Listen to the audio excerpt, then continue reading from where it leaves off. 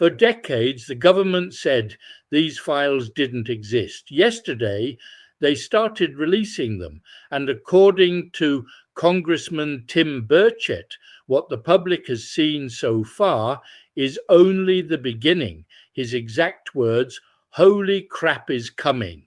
Now ask yourself something. What could possibly be hidden in those classified briefings that would make a sitting congressman say that publicly? Tonight we examine the first official release of Pentagon UFO files, the unexplained cases already revealed, and the growing fear that this may be the start of the biggest disclosure event in modern history. Tim Burchett just fired a warning shot that should stop everyone cold.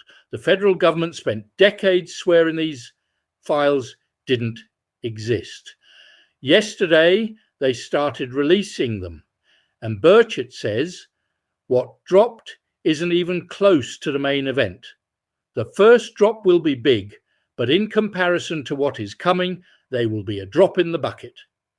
I would say, holy crap is coming, the Tennessee congressman posted within hours of the Pentagon going live with its first batch of classified UAP files. The first release hit like a freight train on its own. 162 never-before-seen files went public on a brand new government portal, pulling from the FBI, Pentagon, NASA, and State Department. 120 classified PDFs, 28 videos, 14 images, decades of encounters the public was never supposed to see. The files span from Apollo 17 astronauts in 1969, describing unknown objects drifting past their windows, to a 2025 infrared military sensor capture over the western United States that still has no explanation.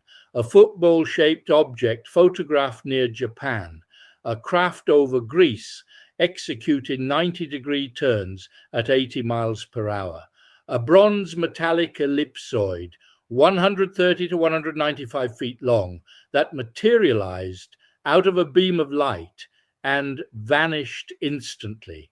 Burchett has been in the classified briefings. He's seen things the rest of Congress hasn't. When a sitting congressman with that access calls the public release a drop in the bucket, that's not a figure of speech. That's a man who knows exactly what's still locked away. The Pentagon added its own caveat to soften the blow. None of the release materials have been fully analyzed yet. No conclusions on what any of it is. The official position still holds that there's no confirmed evidence of extraterrestrial life. Pete Hegseth called it a historic transparency effort.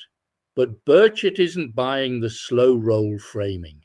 He's been inside rooms where unelected bureaucrats told congressional oversight that even the president operates on a need-to-know basis. He's been pushing for this for years, and he's telling anyone who'll listen, the files already out are nothing compared to what follows.